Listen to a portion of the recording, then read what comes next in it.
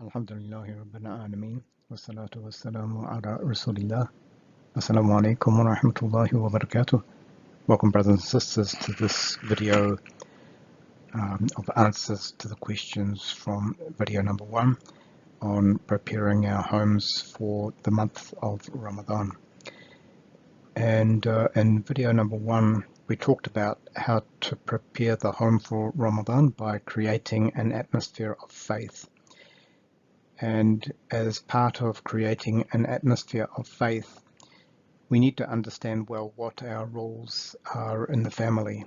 So these are the answers to the 4 questions which are asked from video number 1, preparations for Ramadan. And question number 1, what makes the Muslim home a blessing? Why is the home a blessed place? Because the home is a place of comfort and relaxation. It's a place where you can get away from the stress and the trials of the outside world. The Muslim home is a place for rest with peace, security, tranquility, and happiness. It's a place where you can come to after a stressful day at work to peace and happiness, where you can unwind from the day's tension. And there's no place like home. The home, it's a blessing since you can go there and find peace from the rest of the world. You don't have to dress up. You can be casual. Sisters don't have to wear hijab. It's a blessing because you have your privacy and you're surrounded by people that you love. So this is why the home is a blessing. And Islam is not just a religion, but it's a total way of life. And this is what makes Islam appealing, because it's a beautiful way of life. The Muslim home, it's a blessing because you have privacy there and you're surrounded by the people who you know and who love you. It's the one place that we can be ourselves, one place that we can put down our guard, and it's the one place that we shouldn't have to be fighting just to exist. Second question, true or false? As Muslims, we're responsible for calling as many people as we can to Allah subhanahu wa ta'ala first and then focus on our family. Is that statement true or false? It's false because Allah subhanahu wa ta'ala tells us to save our souls and our families first.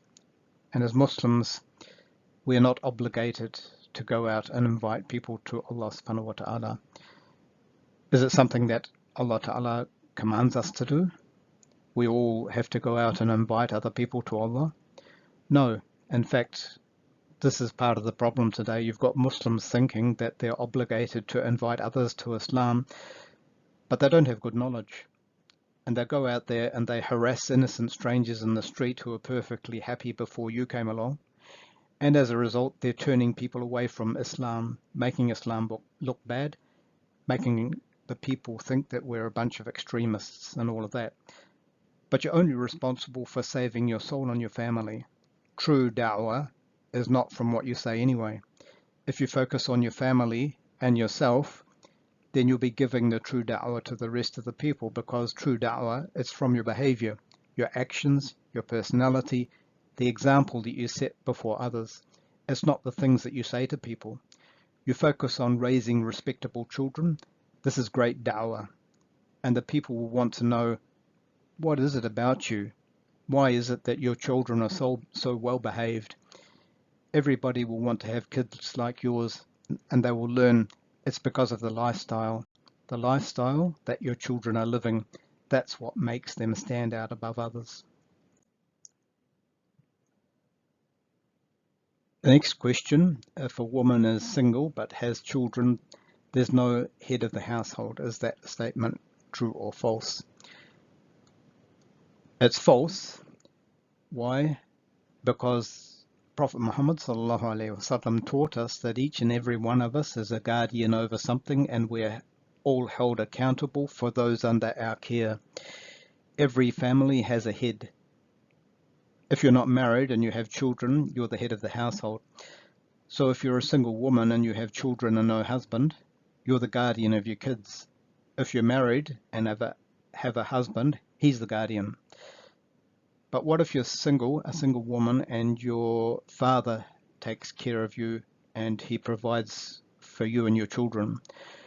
Who's the head of the household in that case? The father. And if a woman is single and has no husband, then her father or her brothers would take care of her and her children. But in today's society, this is fast disappearing. Unfortunately, today, most women are forced to take care of themselves and their kids because of the way that society is with the cost of living and all of that. Final question, what is the responsibility of the head of the household? It's putting the home in order, keeping it safe, and what if you don't have a husband and you're just a single woman with kids and no male in the house? Who's responsible now? The woman. And often a woman may not have a man, so it becomes her responsibility. And again, what is the responsibility of the head of the household?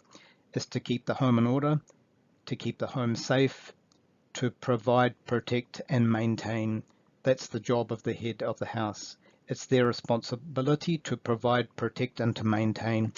And again, if a woman has no husband, you have no males to take care of you, then it's your job as a woman to do the providing, protecting, and maintaining. And Islam doesn't forbid women from working. It's a misconception the disbelievers have had about us. Islam allows a woman to work, but a woman only works if she has to. So if she has no choice but to work because there's no one to take care of her, then she can go out and get a job or take up any career of her choosing. But still, she is the head of her household. It's her job to protect, provide, and maintain her home, and also educate the children if she has any. That's the job for the head of the household. And these are the things, the type of things that we should have been taught to us when we were kids.